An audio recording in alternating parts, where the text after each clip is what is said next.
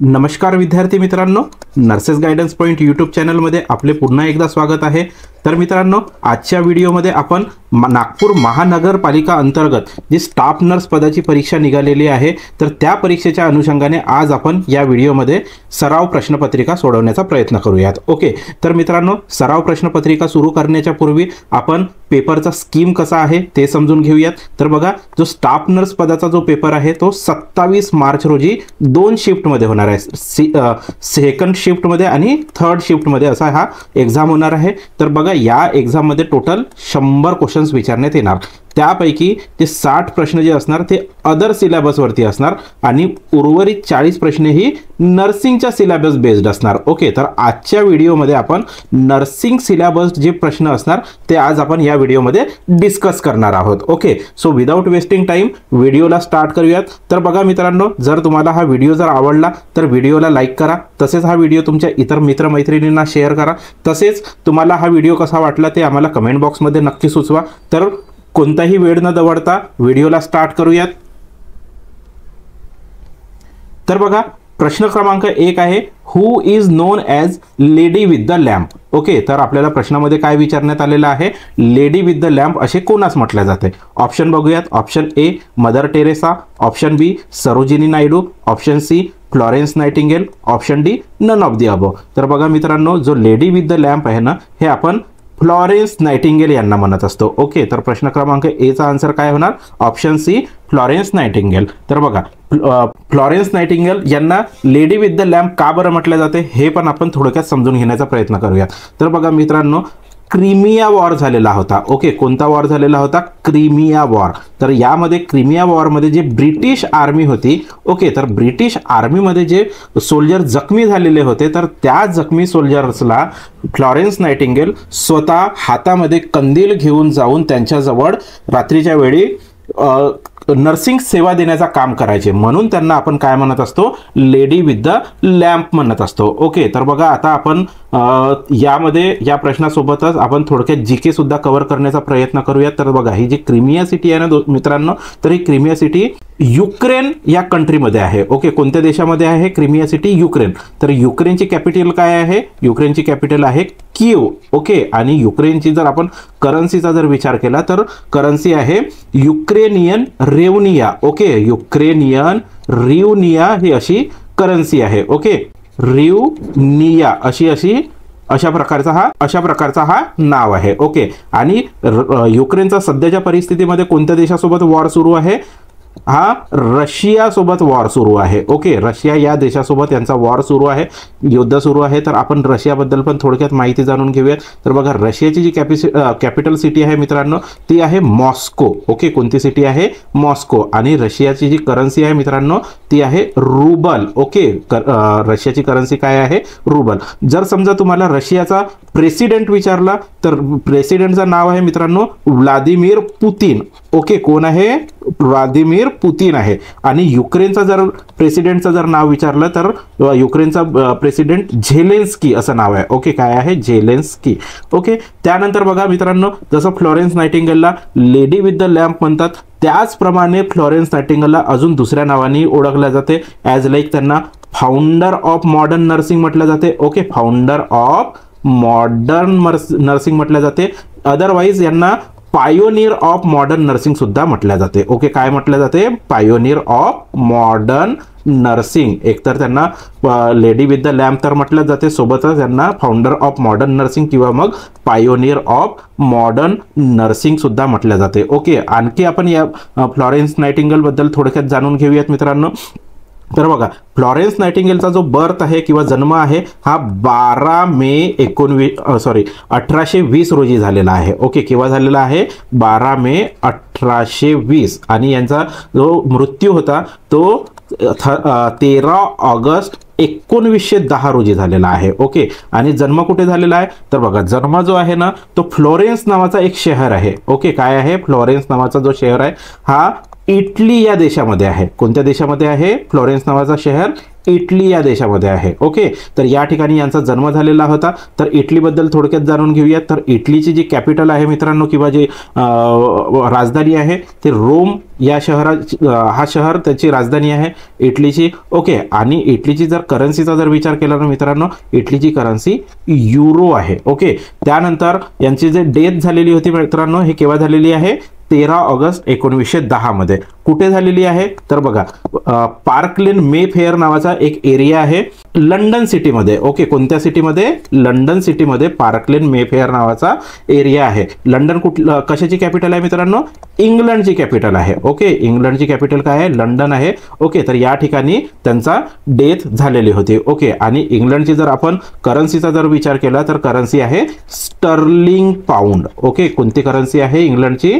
Sterling pound currency आहे. Okay, त्यानंतर परत अजून आपण थोडक्यात माहिती बघून घेऊया त्यांच्याबद्दल, फ्लॉरेन्स नाइटिंगेल बद्दल. तर बघा, फ्लॉरेन्स नाइटिंगेलने एकूण 2 पुस्तके लिहिलेली आहेत. ओके, कोणती कोणती पुस्तके लिहिलेली आहेत? एक आहे नोट्स ऑन नर्सिंग. पहिली पुस्तक कुठली आहे? नोट्स ऑन नर्सिंग नावाची पुस्तक आहे. त्या व्यतिरिक्त त्यांनी परत दुसरी एक बुक्स लिहिलेली आहे, ते म्हणजे नोट्स ऑन हॉस्पिटल. ओके, 2 अशा पुस्तक लिहिलेल्या आहेत, notes on nursing and notes on hospital. तर बघा, हा जो नोट्स ऑन नर्सिंग पुस्तक आहे ना मित्रांनो, याचा पूर्ण नाव अशा प्रकारे आहे, notes on nursing, what it is, what it is not, what it is not, अशा प्रकारचा हा पुस्तक लिहिलेला आहे. ओके, आणि बघा, नर्सिंगमध्ये बऱ्याचशा थेरीज वेगवेगळ्या नर्सेसने दिलेल्या आहेत. तर त्यापैकीची जर आपण फ्लॉरेन्स नाइटिंगेल बद्दलची जर थेरी जर जाणून घेतलं मित्रांनो, तर त्यांनी आपल्याला एक एन्व्हायरमेंटलिस्ट थेरी दिलेली आहे. ओके, कोणती थेरी दिलेली आहे? एन्व्हायरमेंटलिस्ट थेरी. ओके, क्लिअर आहे? हां, तर बघा मित्रांनो, आता जसं आपण पूर्वीच्या स्लाइडमध्ये जर बघितलं तर या ठिकाणी जसं तुम्हाला सांगितलेलं आहे की फ्लॉरेन्स नाइटिंगेलचा जो बर्थ आहे तो केव्हा झालेला आहे? 12 मे 1820. तर दरवर्षी आपण 12 मेला मित्रांनो इंटरनॅशनल नर्सेस डे म्हणून सेलिब्रेट करतो. ओके, काय सेलिब्रेट करत असतो? इंटरनॅशनल नर्सेस डे सेलिब्रेट करत असतो. ओके, तर त्याचप्रमाणे ज्या वर्षी आता 2025चा इंटरनॅशनल नर्सेस डे असणार मित्रांनो, तर प्रत्येक वर्षी जेव्हा जेव्हा नर्सेस डे येतो तर त्या वर्षी प्रत्येक वर्षी एक वेगवेगळी थीम दिलेली असते. तर आपण 2025ची जर थीमचा जर विचार केला मित्रांनो, तर 2025ची थीम काय आहे? Our nurses our future. Okay, काय थीम आहे? Our nurses our future. आणि त्यासमोर काय आहे? Caring for nurses, caring for nurses. ठीक आहे, strengthens economies. Okay, strengthens economies. तर अशा प्रकारची हे 2025ची थीम आहे. ओके, तर बघा, ही 2025ची जी थीम आहे ही म्हणजे किंवा जी नर्सेस डेची थीम जी असते हे कोणातर्फे दिल्या जाते? प्रत्येक वर्षी ICN तर्फे दिल्या जाते. ICN म्हणजेच काय? इंटरनॅशनल काउन्सिल ऑफ नर्सेस द्वारा दिल्या जाते. ओके, तर बघा, ह्या पहिल्या प्रश्नावरती जाऊया. तर पहिला प्रश्न काय विचारलेला होता की आपल्याला लेडी विथ द लॅम्प कोण आहे असा विचारलेला होता. तर याचा आन्सर काय होता? Florence Nightingale. तर बघा मित्रांनो, यामध्ये आपल्याला ऑप्शन बी मध्ये सरोजिनी नायडू बद्दल दिसत आहे. तर सरोजिनी नायडूला आपण नाइटिंगेल ऑफ इंडिया असे म्हणत असतो. काय म्हणत असतो? नाइटिंगेल ऑफ इंडिया म्हणतो. ओके, काय म्हणतो? Nightingale of India. कोणाला? सरोजिनी नायडूला. म्हणजेच मराठीमध्ये त्याला आपण काय म्हणणार? भारताची कोकिळा म्हणणार. बघा, या ठिकाणी वर्ड काय यूज केलेला आहे मित्रांनो? भारताची कोकिळा. कोणाला म्हटलं जाते? कोणाला म्हणणार? सरोजिनी नायडूला म्हणणार. ओके, आणि जर का तुम्हाला भारताची गान कोकिळा जर विचारलं मित्रांनो, तर त्यावेळी मात्र तुमचा आन्सर लता मंगेशकर असणार. ओके, कोण असणार? भारताची गान कोकिळा कोण आहे? लता मंगेशकर आहे. आणि निव्वळ जर तुम्हाला भारताची कोकिळा असा जर प्रश्न विचारला तर त्या ठिकाणी तुमचा आन्सर काय असेल? सरोजिनी नायडू. ओके, तर क्वेश्चन 1 क्लिअर झालेला असेल. तर आपण नेक्स्ट क्वेश्चनकडे वळूयात. तर बघा, नेक्स्ट क्वेश्चन आहे question number 2. First school of nursing was established by. Okay, तर यामध्ये काय विचारण्यात आलेलं आहे आपल्याला की पहिला स्कूल जो आहे, नर्सिंग स्कूल आहे, तो कोणी तयार केलेला आहे? Option A Virginia Henderson, option B Theodore Fliedner, option C Florence Nightingale, option D Isabel Hampton. तर बघा मित्रांनो, जो पहिला नर्सिंग स्कूल आहे तो थिओडोर फ्लिडनरने तयार केलेला आहे, ओके, किंवा इस्टॅब्लिश केलेला आहे. तर क्वेश्चन नंबर 2 चा आन्सर काय होणार? ऑप्शन बी. तर बघा, हा जो पहिला स्कूल केव्हा इस्टॅब्लिश झालेला आहे? हा 13 ऑक्टोबर 1836 मध्ये तयार झालेला आहे. ओके, केव्हा इस्टॅब्लिश करण्यात आलेला आहे? 13 ऑक्टोबर 1836. आणि हा कुठे झालेला होता? कोणत्या देशामध्ये होता मित्रांनो? जर्मनी या देशामध्ये इस्टॅब्लिश करण्यात आलेला आहे. तर आपण जर्मनी बद्दल थोडक्यात जाणून घेऊयात. तर बघा, जर्मनीची जी कॅपिटल आहे, ओके, राजधानी आहे, ती म्हणजे बर्लिन सिटी आहे. ओके, कोणती आहे? बर्लिन नावाची जी सिटी आहे ती जर्मनीची कॅपिटल आहे. आणि जर्मनीची आपण करन्सीचा जर विचार केला, चालन जर बघितला तर चालन आहे युरो. तर बघा मित्रांनो, या व्यतिरिक्त एक वारंवार जर प्रश्न विचारला जात असेल ना, तो म्हणजे बांगलादेश देशाबद्दल. ओके, बांगलादेश नावाचा जो कंट्री आहे तर त्याची नेहमी कॅपिटल किंवा मग आपल्याला करन्सी विचारल्या जाते. तर बघा, बांगलादेश जे देश आहे, ओके, तर त्याची जर कॅपिटलचा जर विचार केला मित्रांनो, तर त्याची कॅपिटल आहे ढाका आणि त्याची जी करन्सी आहे ती म्हणजे टका आहे. ओके, ढाका कॅपिटल आहे आणि टका जी आहे ती काय आहे? करन्सी आहे. ओके, तर क्वेश्चन नंबर 2 चा आन्सर काय होता? ऑप्शन बी. त्या व्यतिरिक्त मित्रांनो, जर का तुम्हाला फर्स्ट प्रॅक्टिकल नर्सिंग स्कूल जर विचारलं युनायटेड स्टेटमध्ये, okay, first practical nursing school जर विचारलं, ओके, नर्सिंग स्कूल विचारलं कोणत्या देशामध्ये? युनायटेड स्टेटमध्ये. तर हा कुठे, कोणत्या सिटीमध्ये तयार झालेला होता? तर बघा, जे बल्लाड स्कूल आहे, ओके, बल्लाड स्कूल, तर हा पहिला स्कूल होता कोणत्या देशामध्ये? युनायटेड स्टेटमध्ये. ओके, तर क्वेश्चन नंबर 2 या ठिकाणी क्लिअर झालेला असेल मित्रांनो. तर आता नेक्स्ट क्वेश्चनकडे वळूयात. तर बघा, नेक्स्ट क्वेश्चन आहे question number 3. 4 metaparadigm of nursing theory are. तर बघा, मी जस्ट पहिल्या क्वेश्चनमध्ये समजावून सांगितलेलं होतं मित्रांनो की ज्या फ्लॉरेन्स नाइटिंगेल आहेत यांनी कोणती थेअरी दिलेली होती? एन्व्हायरमेंटलिस्ट थेअरी. तर अशा प्रकारच्या बऱ्याचशा थेअरीज आपल्या नर्सिंगमध्ये आहेत. तर नर्सिंगमध्ये ज्या काही थेअरीज अवेलेबल आहेत किंवा ज्या थेअरीज प्रपोज केल्या गेलेल्या आहेत, तर त्याचा मेटा पॅराडिझम्स असतात. तर त्यामध्ये टोटल किती मेटा पॅराडिझम्स असतात? 4 मेटा पॅराडिझम्स असतात. परंतु कोणते मेटा पॅराडिझम्स असतात ते आपल्याला प्रश्नामध्ये विचारलेला आहे. ओके, तर या प्रश्नाचा आन्सर बघूयात आपण. ऑप्शन ए काय आहे? Person, health, environment, nursing. Okay, तर बघा मित्रांनो, जे 4 मेटा पॅराडिझम जे असतात ना मित्रांनो, ते हेच आहे. आपला ऑप्शन ए जो दिसतंय ना, तोच आपला आन्सर असणार. काय काय असणार याच्यामध्ये? पर्सन, हेल्थ, एन्व्हायरमेंट आणि नर्सिंग. ओके, तर क्वेश्चन नंबर 3 चा आन्सर ए आहे. आणि most important, okay, most important metaparadigm जर विचारला मित्रांनो, तर त्या ठिकाणी तुमचा आन्सर असायला पाहिजे पर्सन. ओके, पर्सन हा मोस्ट इम्पॉर्टंट आहे. आणि 4 मेटा पॅराडिझम कोणते कोणते आहेत? Person, health, environment and nursing. Okay, clear आहे. तर नेक्स्ट क्वेश्चन बघूयात. नेक्स्ट क्वेश्चन आहे question number 4. In model of nursing care the रिकामी जागा is the centre of professional practice model. तर बघा, ज्या वेळेस आपण नर्सिंग केअर प्रोव्हाइड करत आहोत, ओके, ज्या वेळेस आपण नर्सिंग केअर प्रोव्हाइड करत आहोत, तर त्यावेळी प्रोफेशनल प्रॅक्टिसच्या सेंटरमध्ये म्हणजे केंद्रबिंदू कोणता असायला पाहिजे? ओके, जी काही आपण नर्सिंग प्रॅक्टिस देत आहोत तर त्या ठिकाणी केंद्रबिंदू आपण कोणाला कन्सिडर करणार? Option A health care team, option B nurse, option C patient and family, option D physician. तर बघा मित्रांनो, आपला जो केंद्रबिंदू जो असतो ना, हा आपला ऑलवेज पेशंट असतो आणि त्याच्यासोबत त्याच्या फॅमिलीला सुद्धा आपण इन्क्लूड करू शकतो. आणि हा बघा, हा केंद्रबिंदू झाला. आणि याच्या अवतीभोवती कोण असतं? याच्या अवतीभोवती नर्सेस असतात. ओके, त्यानंतर फिजिशियन असू शकतो किंवा जी हेल्थ केअर टीम आहे, हेल्थ केअर टीम मधले जे बाकीचे मेंबर्स असणार ते याच्या आजूबाजूला असणार. परंतु कोर फॅक्टर कोण आहे? पेशंट आणि फॅमिली आहे. ओके, तर क्वेश्चन नंबर 4 चा आन्सर कुठे दिसत आहे आपल्याला? Patient and family, option C मध्ये दिसत आहे. सो क्वेश्चन नंबर 4 चा आन्सर होणार ऑप्शन सी. नेक्स्ट क्वेश्चन बघूयात. नेक्स्ट क्वेश्चन आहे मित्रांनो question number 5. Who is acknowledge to be the first nursing theorist. Okay, तर आपल्याला काय म्हटलेलं आहे की नर्सिंगमध्ये ज्या काही थेरीज प्रपोज झालेल्या आहेत किंवा प्रपोज केल्या गेलेल्या आहेत, तर सगळ्यात पहिली थेरी कोणी दिलेली आहे?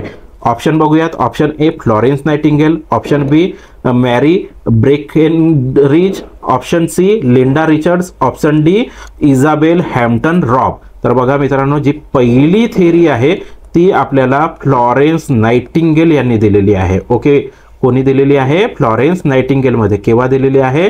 1860 मध्ये. आणि ही थेरी कोणती होती मित्रांनो? आता जस्ट मी सांगितलेलं आहे तुम्हाला, environmental theory. Okay, environmentalist theory. तर पहिली थेरी कोणी दिलेली आहे? आपल्याला ऑप्शन ए मध्ये दिसत आहे, फ्लॉरेन्स नाइटिंगेल यांनी दिलेली आहे. आणि याच्या व्यतिरिक्त बऱ्याचशा थेरीज आहेत मित्रांनो, तर आपण पुढे समजून घेऊयात की कोणत्या पर्सननी कोणती थेरी दिलेली आहे. तर या ठिकाणी मोस्ट इम्पॉर्टंट नर्सिंग थेरीज बघू शकता.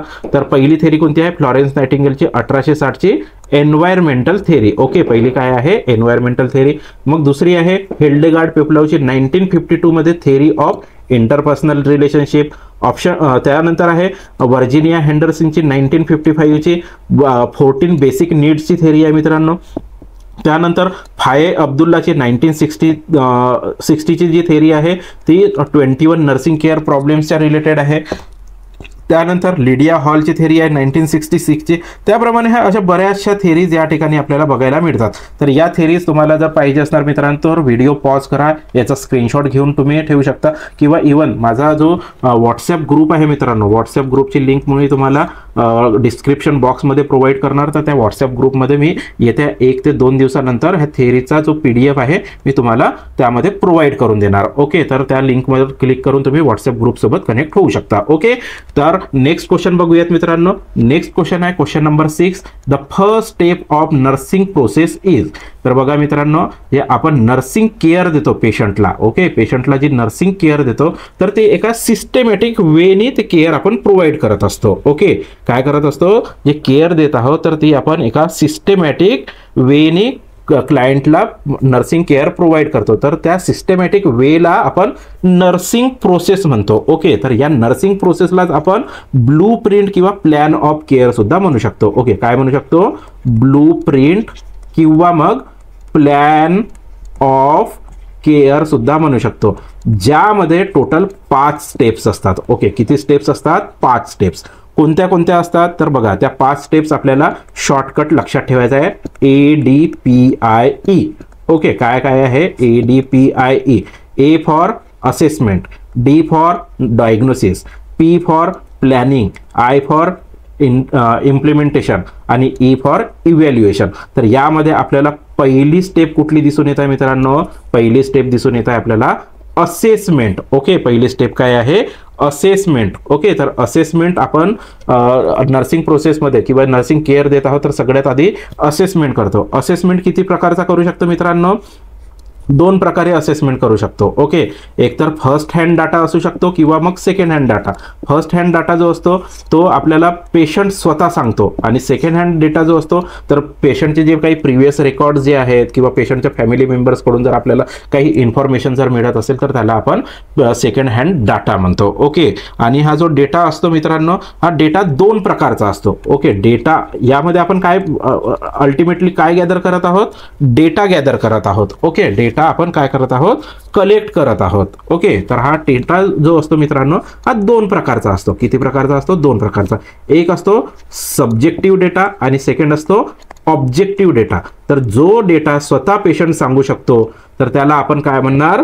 सब्जेक्टिव्ह डेटा म्हणणार. आणि ऑब्जेक्टिव्ह डेटा कोणता असतो? जे आपण त्याला ऑब्झर्व करतो. आता सब्जेक्टिव्ह डेटाचा फॉर एक्झाम्पल काय? जर पेशंटला भूक लागलेली असेल तर पेशंट स्वतः सांगणार की मला भूक लागलेली आहे. ओके, किंवा जर पेशंटला ताप सारखा जर वाटत असेल, त्याच्या अंगात कणकण जर वाटत असेल तर तो सांगणार की मला कणकण वाटत आहे किंवा मला ताप सारखा वाटत आहे. तर हा झाला सब्जेक्टिव्ह डेटा. आणि त्याला व्हॅलिडेट करण्याकरिता मग आपण काय करणार? थर्मोमीटरनी खरंच चेक करणार की खरंच त्याला ताप आहे की नाही. आणि थर्मोमीटरमध्ये जी काही रीडिंग येते तर त्याला आपण काय म्हणणार? ऑब्जेक्टिव्ह डेटा म्हणणार. ओके, तर हे झालं नर्सिंग प्रोसेसबद्दल. परंतु मित्रांनो, जर का तुम्हाला ॲज पर अमेरिकन नर्सेस असोसिएशनच्या गाईडलाईन्स नुसार जर विचारलं की नर्सिंग प्रोसेसच्या किती स्टेप्स असतात, तर अमेरिकन नर्सेस असोसिएशनच्या अकॉर्डिंग टोटल 6 स्टेप्स असतात. ओके, किती असतात? Total 6 step. आता 6 स्टेप्स कुठल्या आहेत? ए असणार, त्यानंतर D असणार, O असणार, PIE असणार. ओके, तर यामध्ये एक्स्ट्रा काय ऍड झालेलं आहे? O ऍड झालेला आहे. ओके, तर A for assessment, D for diagnosis, O for outcome identification. Okay, O for काय होणार, आउटकम आयडेंटिफिकेशन होणार. ओके, आणि पी फॉर प्लॅनिंग, इम्प्लिमेंटेशन आणि इव्हॅल्युएशन. तर अशा प्रकारचा आपल्याला 6 स्टेप्स फॉलो करता येतं. Okay, as per American nurses association. Otherwise जर आपल्याला जर असं डायरेक्ट जर प्रश्न विचारला तर त्यामध्ये किती असणार, 5 स्टेप्स असणार, आणि स्पेसिफिकली जर विचारलं तर त्यावेळेस 6 स्टेप लिहून यायचं आहे. ओके, तर क्वेश्चन नंबर 6चा आन्सर काय होता, option B, assessment. Next question बघूयात. नेक्स्ट क्वेश्चन आहे question number 7. Which division of the nursing process does gathering objective and subjective and objective data, family history, surgical history, medical history, medication history, psychosocial history include. तर बघा मित्रांनो, just यापूर्वीच्या क्वेश्चनमध्येच आपण समजून घेण्याचा प्रयत्न केलेला आहोत की जर आपण एखाद्या पर्सनकडून किंवा पेशंटकडून सब्जेक्टिव्ह वेनी किंवा ऑब्जेक्टिव्ह वेनी जर त्याचा डेटा जर गॅदर करत आहोत किंवा फॅमिली हिस्ट्री घेण्याचा प्रयत्न करत आहोत, सर्जिकल, मेडिकल किंवा मेडिकेशन हिस्ट्री घेत आहोत, तर त्या प्रोसेसला आपण काय म्हणतो, असेसमेंट म्हणतो. ओके, त्याला आपण काय म्हणत असतो, असेसमेंट. तर ऑप्शन बघूयात. Option A intervention, option B implementation, option C assessment, option D diagnosis. तर बघा या ठिकाणी आपला आन्सर काय असेल, ऑप्शन सी असेसमेंट असेल. ओके, हां. तर बघा मित्रांनो, यापूर्वीच्या क्वेश्चनकडे थोडक्यात वळून घेऊयात. तर बघा, हा जो नर्सिंग प्रोसेस जो वर्ड आहे ना मित्रांनो, तर असा जर प्रश्न विचारला की nursing process word first time कोणी यूज केलेला आहे, तर जो नर्सिंग प्रोसेस वर्ड आहे हा फर्स्ट टाइम लिडिया हॉल यांनी यूज केलेला आहे. ओके, कोणी यूज केलेला आहे, लिडिया हॉलनी. केव्हा यूज केलेला आहे, 1955 मध्ये यूज केलेला आहे. ओके, क्लिअर आहे. हां, तर क्वेश्चन नंबर 7चा आन्सर काय होता, ऑप्शन सी. नेक्स्ट क्वेश्चन बघूयात. नेक्स्ट क्वेश्चन आहे मित्रांनो question number 8. A nurse performing abdominal assessment on a patient is expected to carry out steps in which of the following order. तर बघा मित्रांनो, यामध्ये particularly म्हटलेलं आहे की आपण पेशंटचा ॲब्डोमिनल असेसमेंट करत आहोत, तर त्यावेळेस मग आपण असेसमेंटसाठी कोणत्या स्टेप्स फॉलो करणार. तर बघा, नॉर्मल फिजिकल एक्झामिनेशन जर करायचं असेल मित्रांनो, ओके, नॉर्मल फिजिकल एक्झामिनेशन जर करायचं असेल तर त्यावेळेस आपण सगळ्यात आधी इन्स्पेक्शन करतो, त्यानंतर आपण पाल्पेशन करतो, त्यानंतर आपण पर्कशन करतो, त्यानंतर आपण काय करत असतो, ऑस्कल्टेशन. तर याला आपण शॉर्टमध्ये इप्पा असं लक्षात ठेवायचं आहे. ओके, इन्स्पेक्शन, पाल्पेशन, पर्कशन आणि ऑस्कल्टेशन असा नॉर्मल पीचा सिक्वेन्स असतो. परंतु आपल्याला क्वेश्चनमध्ये ॲब्डोमिनल असेसमेंटबद्दल विचारलेलं आहे. तर ॲब्डोमिनल असेसमेंटमध्ये आपण मित्रांनो सगळ्यात आधी इन्स्पेक्शन करणार. ओके, त्यानंतर आपण ऑस्कल्टेशन करणार, त्यानंतर आपण पर्कशन करणार, त्यानंतर आपण पाल्पेशन करणार. ओके, तर या ठिकाणी आपला सिक्वेन्स काय होत आहे, इन्स्पेक्शन, ऑस्कल्टेशन, पर्कशन आणि पाल्पेशन. तर बघा, आपल्याला कुठे इन्स्पेक्शन सगळ्यात आधी दिसत आहे, तर बघा ऑप्शन ए मध्ये पर्कशन सगळ्यात आधी दिसत आहे, तर हा आन्सर होणार नाही. ऑप्शन बी मध्ये आपल्याला इन्स्पेक्शन दिसत आहे, तर याला कन्सिडर करू शकतो. ऑप्शन सी मध्ये ऑस्कल्टेशन ए दिसत आहे, तर हा होणार नाही. त्यानंतर ऑप्शन डी मध्ये पाल्पेशन आधी दिसत आहे मित्रांनो, हा सुद्धा आन्सर होणार नाही. तर या ठिकाणी मग आन्सर काय असणार, ऑप्शन बी, इन्स्पेक्शन, ऑस्कल्टेशन, पर्कशन आणि पाल्पेशन. ओके, तर क्वेश्चन नंबर 8चा आन्सर काय असणार, ऑप्शन बी. तर बघा मित्रांनो, जेव्हा केव्हा आपल्याला ॲब्डोमिनल असेसमेंट करायचा आहे आणि त्यावेळेचा जो सिक्वेन्स असतो, इन्स्पेक्शन, ऑस्कल्टेशन, पर्कशन आणि पाल्पेशन, तर याला आपण शॉर्टमध्ये कसा लक्षात ठेवणार किंवा निमॉनिक कसं असणार. तर बघा, यासाठी तुम्हाला एक निमॉनिक लक्षात ठेवायचा आहे, I M purple. Okay, I M purple असा आपल्याला काय करायचं आहे, निमॉनिक लक्षात ठेवायचा. तर आय फॉर काय होणार, इन्स्पेक्शन, एम मधला जो ए आहे तर त्याचा मिनिंग काय होणार, ऑस्कल्टेशन होणार, परचा मिनिंग पर्कशन आणि पालचा meaning palpation. Okay, so question number 8चा आन्सर होता ऑप्शन बी. नेक्स्ट क्वेश्चन बघूयात. नेक्स्ट क्वेश्चन आहे question number 9. In which strength Savlon will be used for bed making. Okay, तर आपल्याला काय करायचं आहे, बेड मेकिंग करायचं आहे. तर त्यावेळेस समजा जर सॅव्हलॉनचा जर यूज करत असाल तर तो आपण किती स्ट्रेंथमध्ये यूज करणार. ओके, तर option A 1:40 to 1:50, option B 1:20 to 1:40, option C 1:30 to 1:40, option D 1:40 to 1:60. तर बघा मित्रांनो, ज्या वेळेस आपल्याला सॅव्हलॉनचा यूज करायचा आहे, ओके, सॅव्हलॉन म्हणजे काय होते मित्रांनो, यामध्ये ॲक्च्युली 2 कंपोनंट्स असतात, 2 केमिकल एजंट्स असतात. एक असतं 0.3% क्लोरहेक्झिडेन.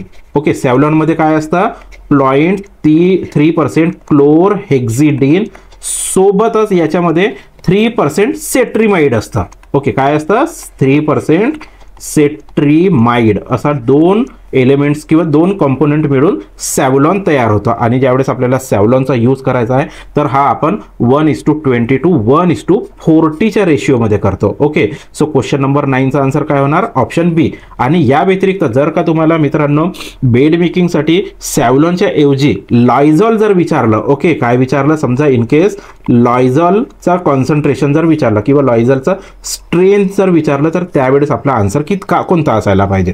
तर आधी हे जाणून घेऊयात की लायझॉल म्हणजे काय होतं. तर बघा लायझॉल मध्ये सुद्धा 2 एलिमेंट असतात. ओके, तर एक असतो क्रेसॉल आणि याच्यामध्ये आपण सोप सोल्युशन ऍड करतो. काय करत आहोत, क्रेसॉल मध्ये सोप सोल्युशन जर ऍड करत असणार तर त्याला आपण लायझॉल म्हणतो. आणि लायझॉलचा जो कॉन्सन्ट्रेशन असतो मित्रांनो हा 1:40 to 1:80चा कॉन्सन्ट्रेशन असतो. इतक्या कॉन्सन्ट्रेशन मध्ये याला आपण यूज करत असतो. ओके, सो क्वेश्चन नंबर 9चा आन्सर होणार ऑप्शन बी. नेक्स्ट क्वेश्चन बघूयात. नेक्स्ट क्वेश्चन आहे मित्रांनो question number 10. A fire break out in your ward, the first action you take is. तर बघा मित्रांनो तुम्ही एखाद्या वॉर्डमध्ये काम करत आहात आणि त्या ठिकाणी अचानक आग लागली. ओके, तर आग लागल्यानंतर सगळ्यात आधी तुम्ही कोणती ॲक्शन पजेस्ट करणार किंवा कोणती ॲक्शन परफॉर्म करणार. तर ऑप्शन बघूयात. ऑप्शन ए कॉल 101 फायर ब्रिगेड. तुम्ही सगळ्यात आधी फायर ब्रिगेडला कॉल करणार की shut off the oxygen supply की ऑक्सिजन सप्लाय बंद करणार की do use the fire with fire extinguisher की तुम्ही जी आग ज्या ठिकाणी लागलेली आहे ते आग विझवत बसणार की त्याऐवजी तुम्ही evacuate the patient from the ward. तर ज्या वॉर्डमध्ये आग लागलेली आहे तर त्या वॉर्डमध्ये जेवढे काही पेशंट असणार त्यांना बाहेर काढण्याचा प्रयत्न करणार. तर या ठिकाणी तुमचा आन्सर काय असायला पाहिजे. तर बघा मित्रांनो ज्यावेळेस आपल्याला फायरचा प्रश्न जर विचारला झालेला असेल ओके तर त्यावेळेस आपल्याला सिक्वेन्स कसा लक्षात ठेवायचा किंवा प्रायोरिटी कसा अरेंज करायचा आहे ते जाणून घेऊया. तर बघा ज्यावेळेस आपल्याला फायरमध्ये प्रायोरिटीज अरेंज करायचे असणार ना मित्रांनो तर त्यावेळेस आपण काय करणार रेसचा यूज करणार. ओके, कशाचा यूज करणार रेसचा. रेस म्हणजे काय होतं तर बघा आर फॉर होतो रेस्क्यू द क्लायंट. ओके, काय करणार सगळ्यात आधी जे काही क्लायंट्स आहेत जे काही पेशंट आहेत त्यांना आपण रेस्क्यू करणार. ओके, त्यानंतर ए फॉर होतो activate the alarm. Okay, activate the alarm. ठीक आहे, जो काही अलार्म सिस्टीम असेल हॉस्पिटलमध्ये तर त्या हॉस्पिटलमधल्या अलार्म सिस्टीमला आपण ऍक्टिवेट करणार. मग होतं सी फॉर होतं confine the fire. Okay, confine the fire.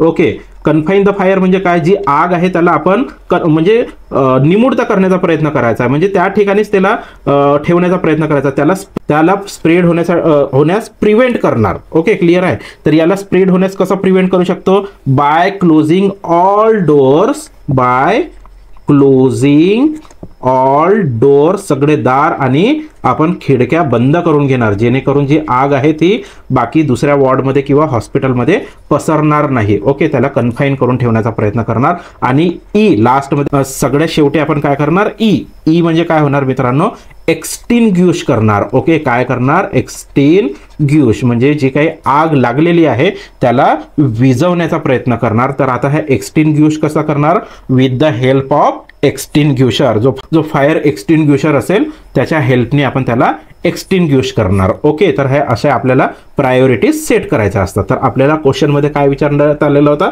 की फर्स्ट ॲक्शन कोणती आहे. तर फर्स्ट ॲक्शन कोणती आहे रेस्क्यू द क्लायंट. तर आपल्याला ऑप्शन डी मध्ये दिसत आहे की evacuate the patient from the ward. म्हणजे इव्हॅक्युएट करत आहोत म्हणजे काय करत आहोत एक प्रकारे रेस्क्यू करत आहोत त्यांना आगीच्या सोर्स पासून दुसऱ्या ठिकाणी घेऊन जात आहोत. ओके, तर याचा आन्सर काय असेल ऑप्शन डी असेल. ओके, आणि मित्रांनो ज्या वेळेस आपल्याला बघा पर्टिक्युलरली आता जसं एक्सटिंग्विशर बद्दल जर विचार केला जे एक्सटिंग्विशर सिलेंडर्स असतात तर याचा जर यूज बद्दल जर विचारण्यात आलं तर पुढे बघूयात आपण.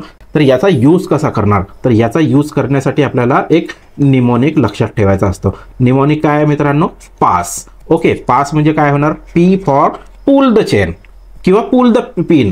पुल द पिन तर बघा सगळ्यात आधी ही जी तुम्हाला पिन दिसत आहे मित्रांनो, या ठिकाणी एक पिन दिसत आहे, तर ही पिन काय करायची आपल्याला ओढून घ्यायची आहे, पुल केलं, जेणेकरून जो सिलेंडर आहे तो काय होणार, ओपन होणार. त्यानंतर ए म्हणजे काय होणार, aim at the base of the fire. Okay, aim at the base of fire. Okay, जो फायरचा बेस आहे म्हणजे समजून घ्या या ठिकाणी अशी आग लागलेली आहे. ओके, अशी आग लागलेली असेल तर आगेचा जो बेस आहे ज्या ठिकाणी, या ठिकाणी आता हा समजून घ्या काय झाला, बेस झाला. तर या ठिकाणी हा जो भोंगा असेल, हा जो भोंगा दिसतोय तुम्हाला, तर याला काय करायचं, इथे एम करायचा आहे. ओके, एम केल्यानंतर मग त्यानंतर आहे एस. तर एस म्हणजे होणार squeeze the handle. Okay, squeeze, एक सेकंड, स्क्वीज द हँडल. जो आपल्या हातामध्ये हँडल आहे त्याला आपण काय करणार, स्क्वीज करणार. तर बघा हा आपल्याला इथे हँडल दिसत आहे, तर ह्या हँडलला आपण काय करणार, स्क्वीज करणार किंवा प्रेस करणार, जेणेकरून याच्यामध्ये जो पावडर फॉर्ममध्ये जो कार्बन डायऑक्साईड आहे तो काय होणार, या बेसमध्ये जाऊन डिपॉझिट होणार. आणि कार्बन डायऑक्साईडच का बरं यूज करता, कारण की कार्बन डायऑक्साईड जो असतो तो कंबशनमध्ये हेल्प करत नाही. ओके, आग पेटण्यास मदत करत नाही, तो आगीला विझवण्याचा काम करतो. ओके, क्लिअर आहे. आणि त्यानंतर आहे एस, परत एक एस उरलेला आहे मित्रांनो. तर एस म्हणजे काय होणार, sweep the fire from side to side. Okay, sweep the fire from side to side. Okay, तर हा जसा हा आपल्याकडे जो हा भोंगा दिसतोय ज्यामधून काय निघणार, पावडर निघणार, तर त्याला आपल्याला काय करायचं, असं साइड बाय साइड त्याला म्हणजे हे करायचं आहे, स्वीप करायचं आहे, जेणेकरून आग पूर्णपणे कंट्रोल झाली पाहिजे. ओके, तर क्वेश्चन नंबर आपला जो 10 होता, तर याचा आन्सर काय होता, option D. Okay, first action विचारलेली होती, तर फर्स्ट ॲक्शन काय असणार, क्लायंटला रेस्क्यू करायचा आहे किंवा त्याला इव्हॅक्युएट करायचा आहे. ओके, तर नेक्स्ट क्वेश्चन बघूयात. नेक्स्ट क्वेश्चन आहे मित्रांनो, question number 11. Which of the following code is associated with cardiac arrest during the medical emergency. Okay, तर मित्रांनो तुम्ही इमर्जन्सी डिपार्टमेंटमध्ये काम करत आहात आणि एखाद्या पेशंटला जर कार्डियाक अरेस्ट जर आला, म्हणजेच काय मेडिकल इमर्जन्सी जर त्या ठिकाणी क्रिएट जर झाली, तर तुम्ही कोणता कोड ॲक्टिवेट करणार.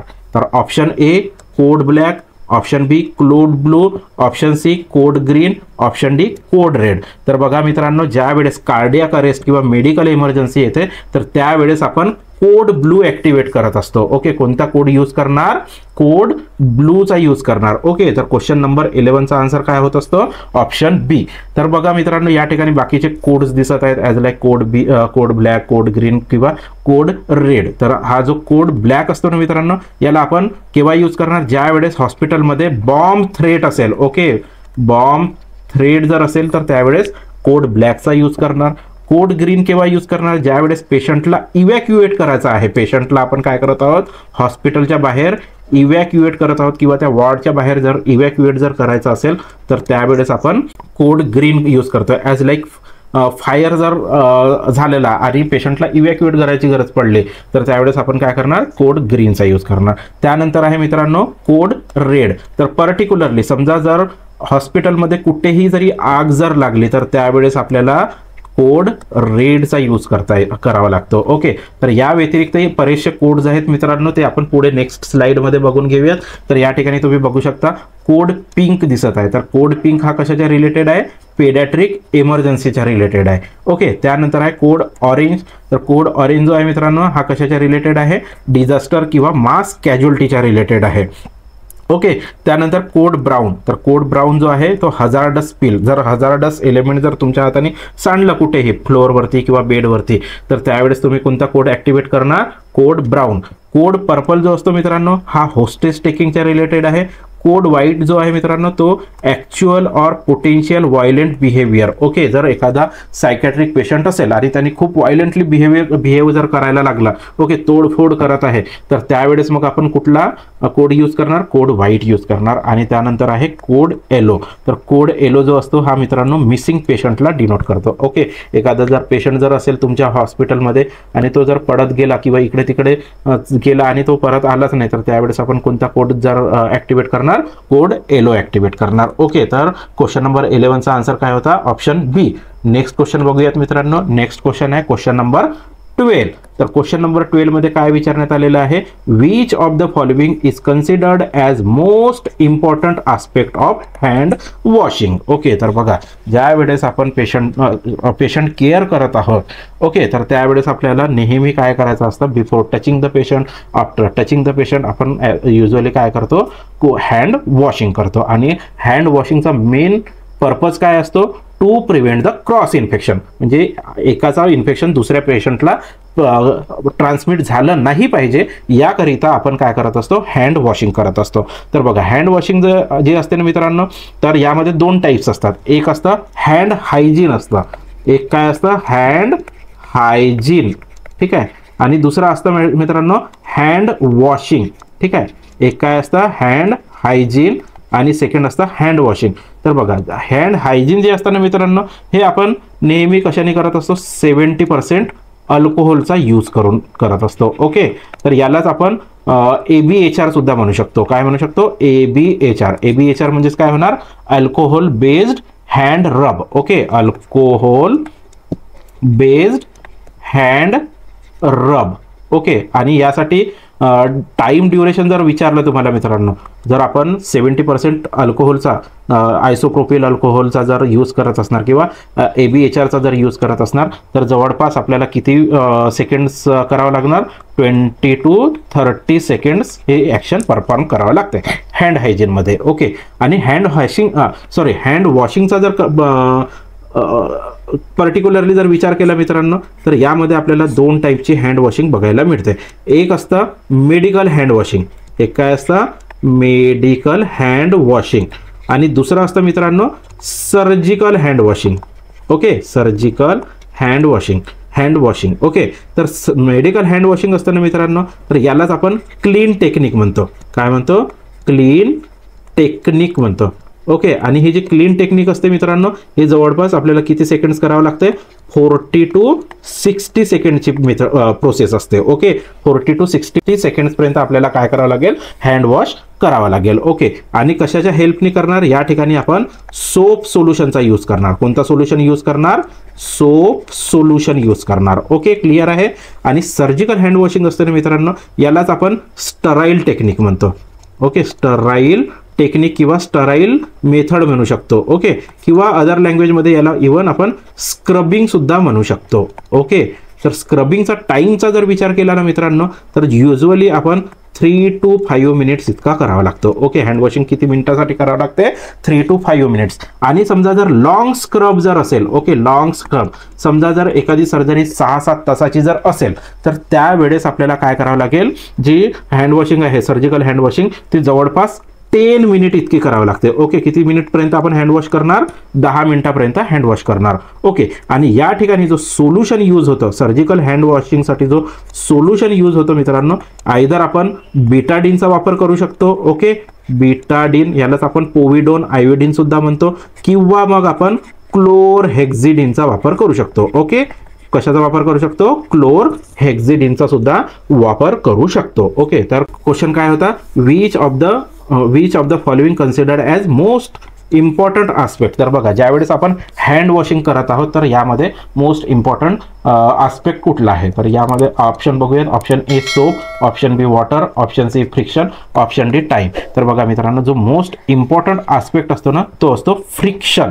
ओके, नेहमी लक्षात ठेवा, हँड वॉशिंगचा जो मोस्ट इम्पॉर्टंट आस्पेक्ट काय आहे, फ्रिक्शन, की किती कसं फ्रिक्शन होत आहे, की आपण लेस फ्रिक्शननी करत आहोत की म्हणजे व्यवस्थित फ्रिक्शन होत आहे. व्यवस्थित जर फ्रिक्शन जर झालं ना मित्रांनो, जो वॉटर असतो तो इझिली स्प्रेड होतो, आणि जो हातावरती जो काही ऑइल वगैरे जर असेल, ऑइली जर हात वगैरे जर असणार, ओके, ऑइली सरफेस जर झालेला असेल, इमल्सिफिकेशन खूप चांगल्या पद्धतीने होतो, आणि इवन जे हातावरती जे बॅक्टेरियाज वगैरे असणार ते सुद्धा व्यवस्थित प्रकारे वॉशआउट होऊन जाणार. ओके, तर क्वेश्चन नंबर 12 साठी आन्सर असणार option C friction. Okay, clear आहे. आणि मित्रांनो, यामध्ये एक गोष्ट सांगायची विसरलेली आहे, ती म्हणजे हँड वॉशिंग मध्ये किती स्टेप्स असतात. तर बघा, हँड वॉशिंग मध्ये टोटल 7 स्टेप्स असतात. ओके, किती स्टेप्स असतात, टोटल 7 स्टेप्स असतात. तर नेक्स्ट क्वेश्चन बघूयात आपण. नेक्स्ट क्वेश्चन आहे question number 13, while taking temperature from rectal route. तर बघा या ठिकाणी काय म्हटलेलं आहे, clearly rectal route in children's. Okay, तर बघा चिल्ड्रनमध्ये आपण काय करत आहोत, रेक्टल रूटने टेम्परेचर घेत आहोत. Thermometer should be inserted about. तर बघा मित्रांनो, स्पेसिफिकली यामध्ये काय म्हटलेलं आहे, चिल्ड्रन बद्दल विचारलेलं आहे. आणि कोणत्या रूटने आपण टेम्परेचर घेत आहोत, रेक्टल रूटने.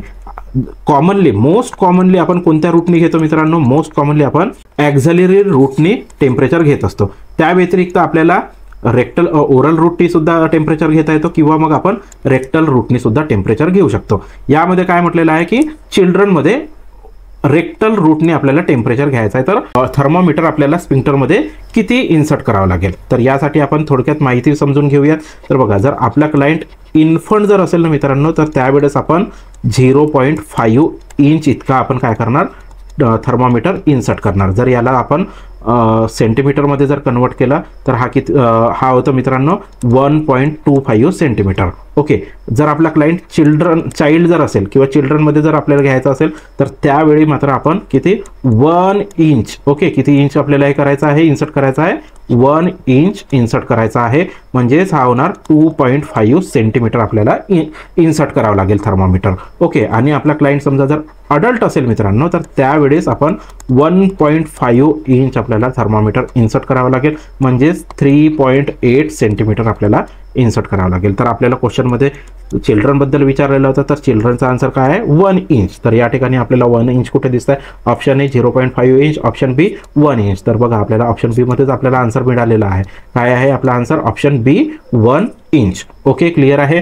तर टाईमचा जर विचारला मित्रांनो की किती वेळ आपल्याला ठेवायचा असतो थर्मोमीटर रेक्टममध्ये, तर आपण मिनिमम 3 मिनिट्स इतका ठेवायचा असतं. ओके, किती मिनिट, मिनिमम 3 मिनिट आणि मॅक्सिमम 5 मिनिट्सपर्यंत आपण ठेवतो. ओके, क्लिअर आहे. मिनिमम 3 मिनिट्स आणि मॅक्सिमम 5 मिनिट्स आपल्याला रेक्टममध्ये थर्मोमीटर इन्सर्ट करून ठेवायचं असतं. ओके, तर क्वेश्चन नंबर 13चा आन्सर ऑप्शन बी होता. नेक्स्ट क्वेश्चन बघूयात. नेक्स्ट क्वेश्चन आहे question number 14. Which metal is used in the thermometer to record the body temperature. Okay, तर बघा, आपण काय करत आहोत, बॉडी टेम्परेचर असेस करत आहोत पेशंटचा. तर ज्या वेळेस बॉडी टेम्परेचर असेस करतो तर थर्मोमीटरचा यूज करतो. ओके, आणि थर्मोमीटरमध्ये मग कोणता मेटल यूज केला जातं ते आपल्याला क्वेश्चनमध्ये विचारलेलं आहे. तर बघा, ऑलवेज लक्षात ठेवा मित्रांनो, थर्मोमीटरमध्ये आपण मर्क्युरीचा यूज करतो. ओके, थर्मोमीटरमध्ये कशाचा यूज केला जाते, मर्क्युरीचा. हा एकमेव मेटल असा आहे मित्रांनो जो रूम टेम्परेचरवरती लिक्विड स्टेटमध्ये असतो. ओके, सगळे जे मेटल्स आहेत ते काय आहे, सॉलिड स्टेटमध्ये असतात, परंतु एकमेव मेटल असा आहे मर्क्युरी जो रूम टेम्परेचरवरती लिक्विड स्टेटमध्ये असतो. आणि as I have already told you की जे टेम्परेचर टेकिंगच्या ज्या मेथड्स असतात किंवा ज्या साईट्स आहेत त्या कॉमनली कोणत्या कोणत्या आहेत, एकतर आपण ॲक्झिलरी घेऊ शकतो किंवा मग ओरल घेऊ शकतो किंवा रेक्टल किंवा त्याच्या व्यतिरिक्त सुद्धा टेम्पोरल आहे मित्रांनो, किंवा मग ऑरिकल आहे म्हणजे डायरेक्ट इयरमधून सुद्धा घेऊ शकतो किंवा अजून बाकीच्या सुद्धा साईट्स आहेत. परंतु मोस्ट कॉमनली आपण ॲक्झिलरीचा यूज करतो, त्यानंतर ओरल आणि रेक्टलचा सुद्धा यूज करू शकतो. ओके, तर ओरल जो टेम्परेचर असतो ना मित्रांनो, हा आपल्या बॉडीचा नॉर्मल टेम्परेचर शो करतो. ओके, तर ओरल टेम्परेचर नॉर्मल किती असतो, 37 डिग्री सेल्सिअस, किंवा यालाच आपण डिग्री फॅरेनहाईटमध्ये जर समजून घेतलं तर हा किती असणार, 98.6 डिग्री फॅरेनहाईट. ओके, आणि जो ॲक्झिलरी टेम्परेचर असतो हा थोडा कमी असतो, तर हा किती असणार, 36.5, किंवा यालाच आपण डिग्री फॅरेनहाईटमध्ये जर समजून घेतलं तर हा 97.6 डिग्री फॅरेनहाईट इतका असतो. ओके, आणि रेक्टल टेम्परेचर जर विचार केला मित्रांनो तर हा जवळपास 37.5 डिग्री सेल्सिअस किंवा मग 99.6 डिग्री फॅरेनहाईट इतका असतो. जर तुम्हाला प्रश्नामध्ये एक ॲक्झिलरी आणि ओरलचा जर डिफरन्स जर विचारला तर या दोघांमध्ये डिफरन्स किती असतो, आयदर 1 डिग्री फॅरेनहाईट किंवा मग 0.5 डिग्री सेल्सिअस इतका डिफरन्स असतो. सेम ओरल आणि रेक्टममध्ये पण तेवढाच असतो, 1 डिग्री फॅरेनहाईट किंवा मग 0.5 डिग्री सेल्सिअस इतका असतो. आणि या दोघांमध्ये समजा जर डिफरन्स जर विचारला म्हणजे ॲक्झिलरी आणि रेक्टलमध्ये जर डिफरन्स जर विचारला तर हा असतो मित्रांनो 2 डिग्री फॅरेनहाईट किंवा मग 1 डिग्री सेल्सिअस इतका असतो. ओके, आणि जो बॉडी टेम्परेचरचा बॉडी टेम्परेचर जो असतो मित्रांनो हा रेग्युलेट कोण करतो, जर असा जर प्रश्न विचारला तर याचा आन्सर काय असायला पाहिजे, हायपोथॅलॅमस. ओके, काय असेल, हायपोथॅलॅमस. तर बघा आपले जे थर्मो रेग्युलेटरी सेंटर जे असतात ते कुठे लोकेटेड असतात, हायपोथॅलॅमसमध्ये लोकेटेड असतात. ओके, समजून घ्या. जर तुम्हाला मित्रांनो मर्क्युरीचा जर फ्रीजिंग पॉईंट जर विचारला, ओके, तर फ्रीजिंग पॉईंट जो असतो मित्रांनो हा -40 डिग्री सेल्सिअस असतो. ओके, किती असतो? -40 डिग्री सेल्सिअस. एवढी इन्फॉर्मेशन इनफ आहे मित्रांनो. नेक्स्ट क्वेश्चन बघूयात. नेक्स्ट क्वेश्चन आहे question number 15. Convert 15 degree Celsius into Fahrenheit. तर बघा आपल्याला काय करायचं आहे, डिग्री सेल्सिअस मधून फॅरेनहीट मध्ये कन्वर्ट करायचं आहे. ओके, कशामध्ये कन्वर्ट करायचं आहे? डिग्री सेल्सिअस मधून डिग्री फॅरेनहीट मध्ये. तर बघा ज्या वेळेस आपल्याला डिग्री सेल्सिअस मधून डिग्री फॅरेनहीट मध्ये जायचं असतं ना मित्रांनो, तर त्यासाठी आपल्याला एक फॉर्म्युला लक्षात ठेवायचा आहे. फॉर्म्युला कसा आहे? आधी ब्रॅकेट लिहून घ्यायचा आहे, त्यामध्ये डिग्री सेल्सिअस लिहून घ्यायचा आहे, इनटू आपल्याला लहानमधून मोठ्यामध्ये जायचं आहे म्हणून मोठी संख्या वरती म्हणजे 9 वरती लिहून घेणार आणि खाली 5 लिहून घेणार, ब्रॅकेट क्लोज करणार मित्रांनो, आणि याच्यामध्ये आपल्याला 32 ऍड करावं लागणार. ओके, तर याच फॉर्म्युल्यामध्ये आपण व्हॅल्यू पुट करून घेऊयात. आपल्याला किती सेल्सिअसला फॅरेनहीटमध्ये कन्वर्ट करायचं आहे? 15 सेल्सिअसला. तर सेल्सिअसच्या ऐवजी आपण काय लिहून घेणार? 15 लिहून घेणार. ओके, हा ब्रॅकेट ॲज इट इज येणार. 15 लिहून घेतलं, त्या ठिकाणी मग इंटू लिहिणार आणि नंतर काय लिहिणार? 9 divided by 5 bracket close plus 32. तर बघा या 5चा 15 मध्ये किती वेळा भाग जातो? 3 वेळा भाग जातो. मग ब्रॅकेटमध्ये आता काय उरलेलं आहे मित्रांनो? 3 × 9 ब्रॅकेट क्लोज प्लस 32. आता 3 × 9 जर केलं तर मित्रांनो किती होतं? 9 तेरी 27 होतात, प्लस मग काय असणार? 32. आता ह्या दोघांना जर ऍड जर केलं मित्रांनो तर हे किती होतात? 59 होतात. ओके, तर आपल्याला ऑप्शनमध्ये काय दिसणार? 59 डिग्री फॅरेनहीट दिसणार. तर कोणत्या ऑप्शनमध्ये दिसून येतं ते बघून घेऊयात. Option A 58 degree Fahrenheit, option B 59 degree Fahrenheit. तर बघा या ठिकाणी आपल्याला ऑप्शन बी मध्ये आपला आन्सर दिसून येत आहे. Option B 59 degree Fahrenheit. Okay, कळालं? आलं लक्षात? तर आता पुढे नेक्स्ट क्वेश्चन बघूयात. नेक्स्ट क्वेश्चन आहे मित्रांनो क्वेश्चन नंबर 16 असायला पाहिजे. हा question number 16. Convert 68 degree Fahrenheit into Celsius. Okay, तर आपल्याला कसं कन्वर्शन करायचं आहे? डिग्री फॅरेनहीट मधून आपल्याला डिग्री सेल्सिअस मध्ये कन्वर्ट करायचं आहे. सेम आता जसं आपण डिग्री सेल्सिअस मधून डिग्री फॅरेनहीट साठी जो फॉर्म्युला यूज केलेला होता, तर त्याच फॉर्म्युल्यामध्ये थोडाफार फरक आहे मित्रांनो. तो फरक आपल्याला जाणून घ्यायचा आहे आधी, म्हणजे फॉर्म्युला आधी जाणून घेणार आणि नंतर व्हॅल्यू पुट करून आन्सर फाइंड आउट करणार. तर सगळ्यात आधी आपल्याला काय करावं लागेल मित्रांनो?